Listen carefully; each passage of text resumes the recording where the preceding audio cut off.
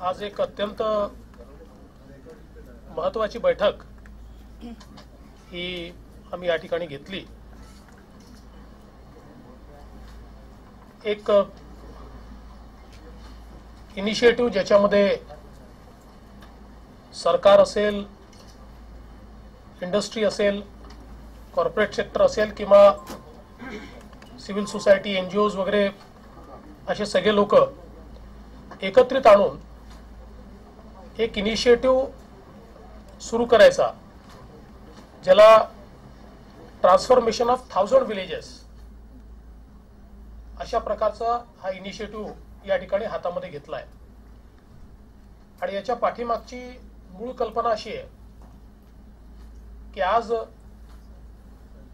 Corporates देखील CSR इनिशिएटिव्हच्या अंतर्गत खूप मोठ्या प्रमाणात वेगवेगळ्या ठिकाणी काम करतायत। सरकार काम करतायत, एनजीओज काम करतायत। तर आम्ही या सगळ्यांचे जे काही प्रयत्न आहेत हे एकत्रित आणू शकू का? त्यांचे रिसोर्सेस असतील, त्यांचे नॉलेज असेल, त्यांच्याकडे जी टेक्नॉलॉजी असेल, या सगळ्या गोष्टी एकत्रित आणून त्या माध्यमातून 1000 विलेजेस मध्ये ट्रान्सफॉर्मेशन असं कसं करता येईल आणि जर मॉडेल कसं तयार करता येईल या संदर्भात एक विचार यामध्ये झाला। आणि त्यामध्ये एक इन्स्टिट्यूशनल मेकॅनिझम तयार करायचा निर्णय आम्ही केला की जो एखाद्या ट्रस्ट किंवा फाउंडेशन सारखं काम करेल आणि ज्याच्यामध्ये एक गव्हर्निंग काउन्सिल असेल जी कशा प्रकारे हे ट्रान्सफॉर्मेशन घडवायचं, त्याचे वेगवेगळे इंटरव्हेन्शन्स काय असतील या संदर्भातला निर्णय करेल। आणि त्यासोबत त्याच्याकरता लागणारा जो काही निधी असेल, टेक्नॉलॉजी असेल, कॅपॅसिटी बिल्डिंग असेल, या सगळ्या गोष्टीचं प्लॅनिंग आणि इम्प्लिमेंटेशन हे त्या ठिकाणी केलं जाईल। आणि हा जो काही फंड आम्ही तयार करू त्याच्यामध्ये 50% कॉन्ट्रीब्युशन सरकार करेल आणि 50% हे वेगवेगळ्या समाजाच्या क्षेत्रातनं ते कॉन्ट्रीब्युशन त्याच्यामध्ये येईल।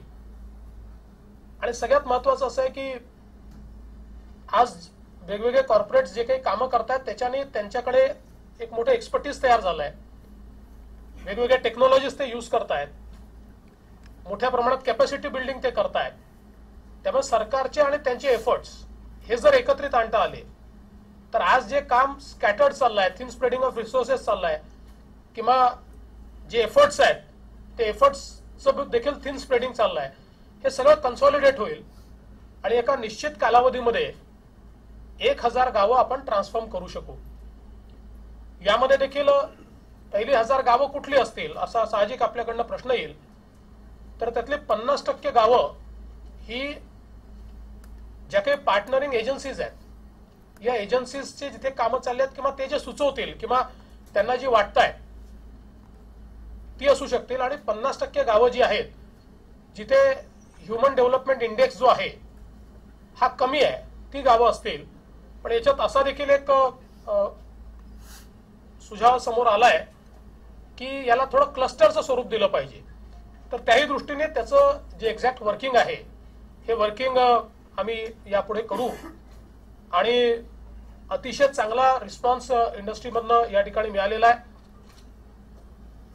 श्री टाटा साहेब आहेत, श्री महेंद्रजी आहेत, अमिताभजी आहेत। अमिताभजींनी हे सांगितलं की माझ्या जे काही सगळे स्किल्स आहेत, माझ्या जे काही कम्युनिकेशन आहे ते पूर्ण या कार्यक्रमाला उपलब्ध करून देण्याकरता मी तयार आहे।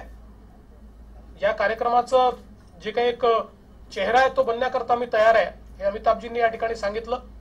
अतिशय चांगल्या प्रकारे श्रीमती रायश्री बिर्ला यांनी सांगितलं की 300 विलेजेस जे आहेत ते त्यांच्या ट्रस्टच्या माध्यमातून त्याच्यामध्ये कॉन्ट्रीब्यूट करण्याकरता किंवा त्याच्यात ट्रान्सफॉर्मेशन घडवण्याकरता तयार आहेत। आणि त्यामुळे फार चांगला रिस्पॉन्स हा या इनिशिएटिव्हला मिळालेला आहे। मला असं वाटतं की आज ज्या काही CSRच्या ऍक्टिव्हिटीज आणि वेगवेगळे एफर्ट्स हे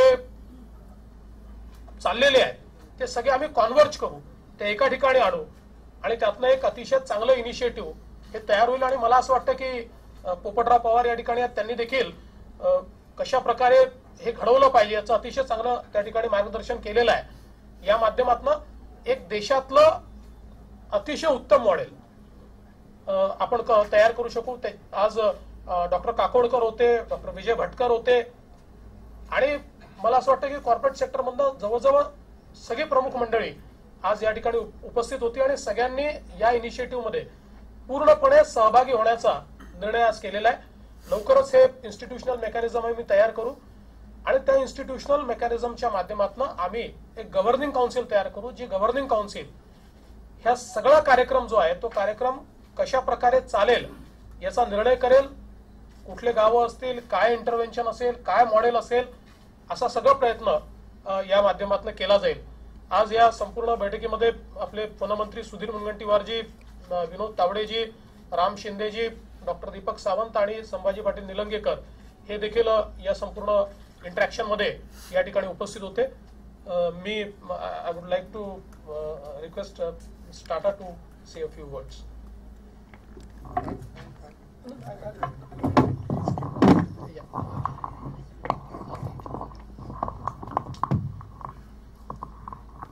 Mr. Chief Minister, I would just like to say that there's been a growing realization in the country that we must focus on the rural hinterland of our country. We've industrialized the cities, we've industrialized various places. The rural community, by contrast, has not received the same degree of attention.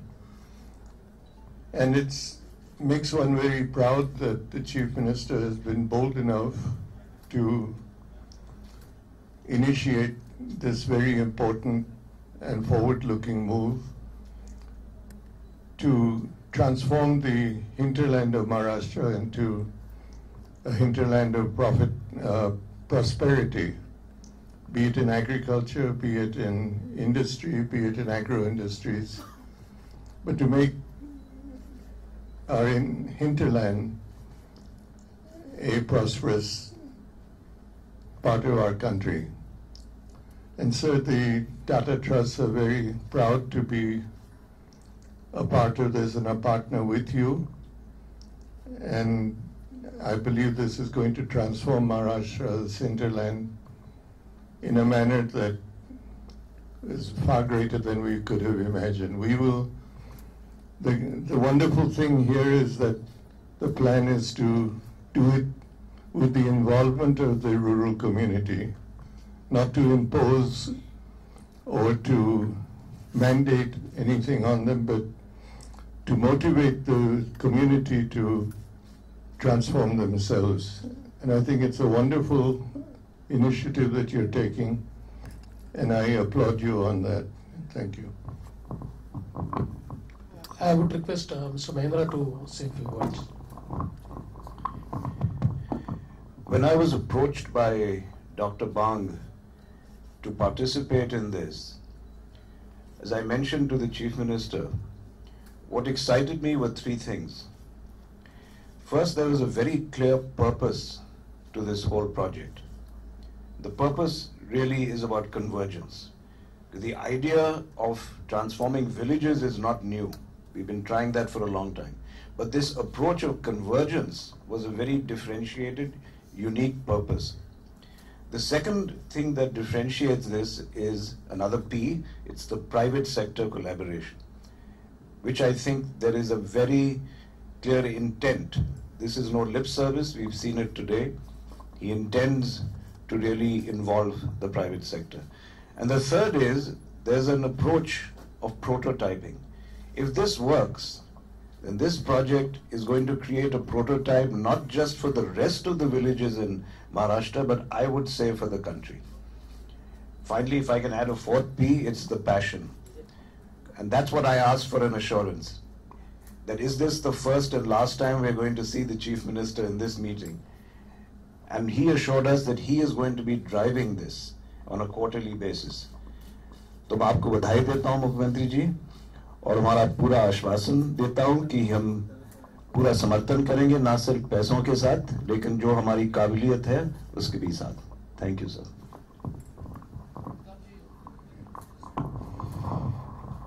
Thank you so much for having me on this meeting, Honorable Chief Minister.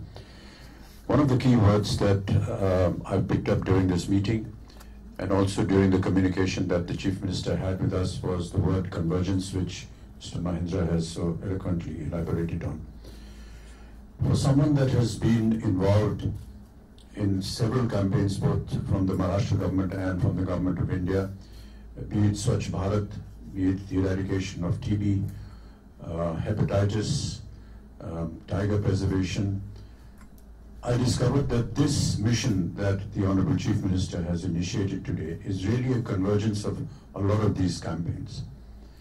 When we conserve water, we are not only looking after our villages that are drought affected, but we also look after the cleanliness of the water that we collect. And because hepatitis B, one of the major carriers of hepatitis B is contaminated water, it falls into that category.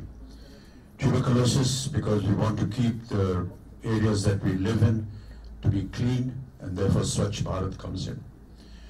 Recently, the Prime Minister's office has initiated a Swachh Bharat mission where they want to convert garbage into compost. And as you know, compost is a very valuable element for strengthening our soil. Fertilizers will, yes, produce lovely crops, but if the water that comes into our regions is not sustained in the soil, then we are losing all that element. And compost is one such thing that actually strengthens the soil and helps it to conserve this water. So in a way, I find myself converging and mixing all these interests into one.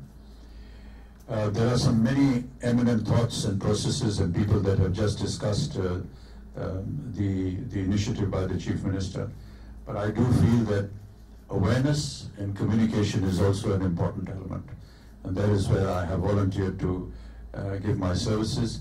If my face and if my voice can make the people aware of what the Chief Minister has initiated, and if it can be converted into his vision, I would be the most happy person. Thank you.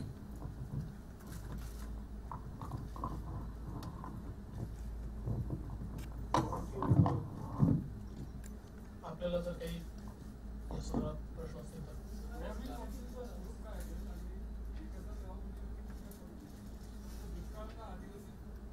याच्यामध्ये 25% गावं ही आदिवासी असणार आणि बाकी मग मी आपल्याला सांगितलं की त्याच्यामध्ये पार्टनर एजन्सीज जी गावं निवडतील आणि 50% गावं ही आपण लो LTI ची घेणार आहोत.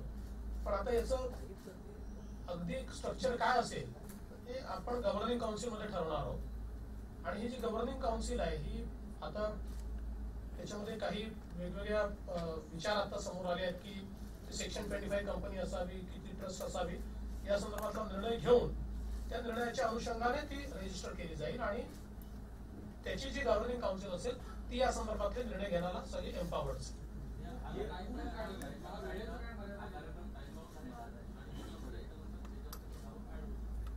हा कार्यक्रम अतिशय टाइम बाउंड आहे आणि प्रयत्न तर असा असणार आहे की 100 गावं ही 2 ऑक्टोबर पर्यंत आपल्याला सुरू करता आली पाहिजे.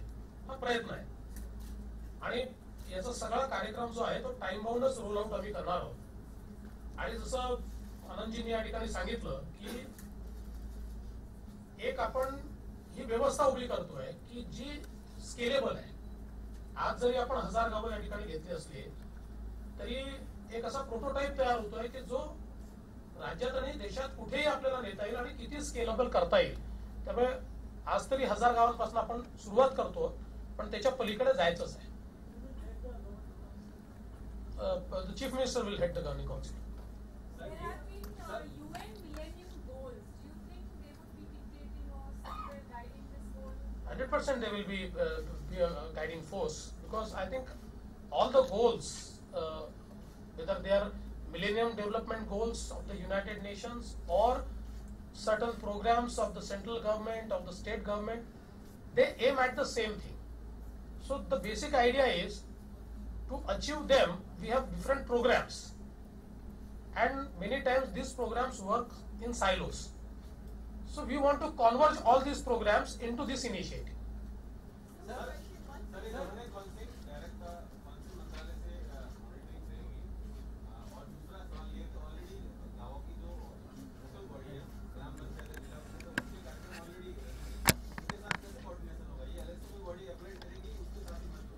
देखिए, सबसे पहली बात यह है कि चूंकि चीफ मिनिस्टर ही इसका प्रमुख है, तो कोई किसी मंत्रालय ने उसको देखने का सवाल नहीं है. सारे मंत्रालय को एक साथ लेकर ये गवर्निंग काउंसिल काम करेगी. इसमें दूसरा सबसे महत्व का मुद्दा यह है कि कोई कार्यक्रम हम थोपेंगे नहीं. पोपटराव पवार जी ने बहुत अच्छी बात एक कही कि गांव चुनते समय महत्व का क्या होना चाहिए, उस गांव के पार्टिसिपेट करने की इच्छा. उस ग्राम सभा ने यह तय करना चाहिए कि हमको इस प्रोग्राम के तहत आना है और हमारा काम उनको मदद करना है. उनके लिए काम करना नहीं है, उनके लिए काम वो खुद करेंगे, लेकिन उसमें रिसोर्सेस की मदद, कैपेसिटी बिल्डिंग की मदद, यह हमारी तरफ से की जाएगी. देखिए, ब्रांड एम्बेसडर बहुत घिसा पिटा शब्द है, उससे बहुत आगे का काम बच्चन जी करते हैं. कह सकते हैं आप. गावांच्या ट्रान्सफॉर्मेशन बद्दल आपण जेव्हा म्हणतोय की ट्रान्सफॉर्मेशन म्हणजे नक्की काय, म्हणजे त्या गावांमध्ये इंडस्ट्रीच्या बाजूनं सोशल, शेती, नक्की ट्रान्सफॉर्मेशन. खूप चांगला तुम्ही मुद्दा या ठिकाणी मांडला. पहिली गोष्ट त्यातली अशी आहे की सस्टेनेबल डेव्हलपमेंट फॉर लाईव्हलीहूड. याचा अर्थ काय आहे तर तिथे जल, जमीन, जंगल या 3 गोष्टींच्या संदर्भात सस्टेनेबल इनिशिएटिव्ह घ्यायचे. त्याचा संपूर्ण सायंटिफिक वॉटर कन्झर्वेशनचा प्लॅनिंग करायचं, त्याचं ऍग्रिकल्चरचं प्लॅनिंग करायचं, वेगवेगळे स्किल्स तिथे काय देता येतील, त्या स्किल्सला त्यांना कसं जोडता येईल याचा प्रयत्न करायचा. हेल्थ असेल, एज्युकेशन असेल, याचे इंडिकेटर्स इम्प्रूव्ह करण्याच्या दृष्टीनं, तिथे चांगल्या क्वालिटीचं लाईफ देण्याच्या दृष्टीनं जे इंडिकेटर्स आहेत ते इंडिकेटर्स इम्प्रूव्ह करायचे. त्यामुळे हे कम्प्लीट ट्रान्सफॉर्मेशन आहे. आणि हे ट्रान्सफॉर्मेशन करताना आम्ही पॅकेज घेऊन नाही चाललेलो. त्या गावाची क्षमता काय आहे किंवा त्या गावाला काय सूट होणार आहे हे त्या गावातल्या तिथल्या परिस्थितीच्या आधारावर त्या ठिकाणी ते ट्रान्सफॉर्मेशनचे इनिशिएटिव्ह जे आहेत हे घेतले जातील. पण त्यात कॉमन मिनिमम काय असेल तर कॉमन मिनिमम हे वॉटर कन्झर्वेशन असेलच, हेल्थ असेलच, एज्युकेशन असेलच, स्किल डेव्हलपमेंट असेलच.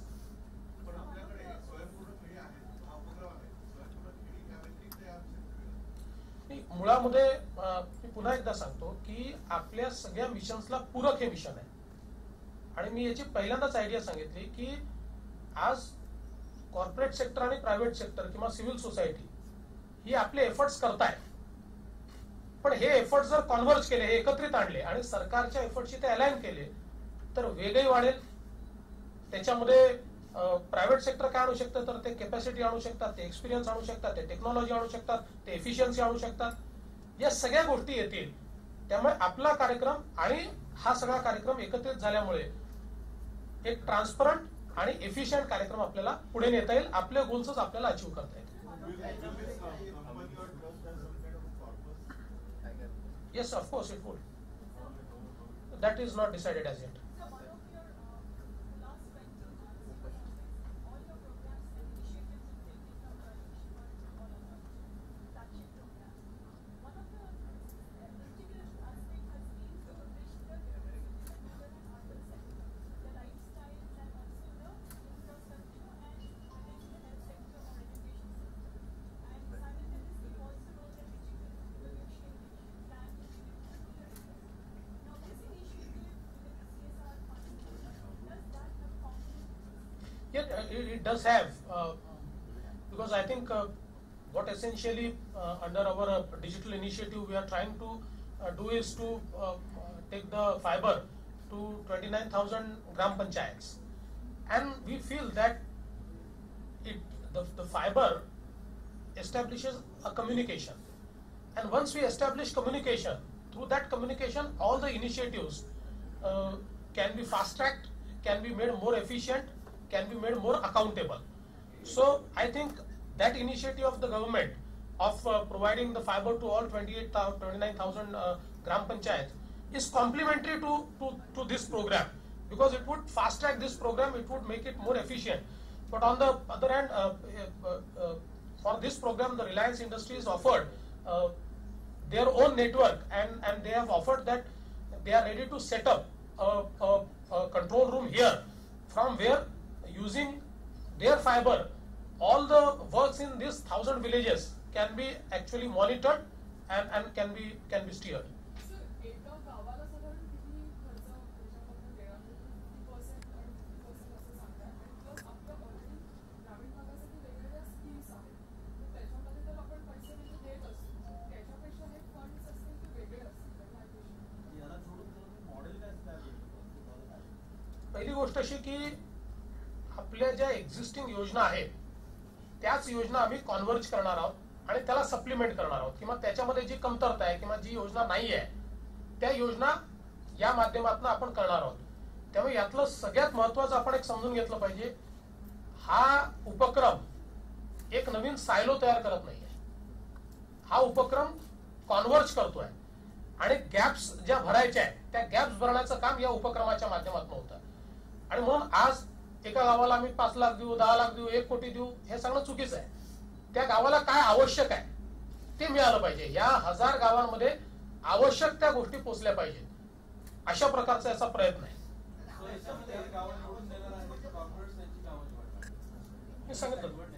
मी सांगितलं की 50% गावं ही कॉर्पोरेट्सला आम्ही त्याच्यामध्ये इन्व्हॉल्व्ह करू, निवडण्यामध्ये 50% ही लो एचडीआयची आम्ही करू. मला वाटतं आता जवळजवळ सगळे लास्ट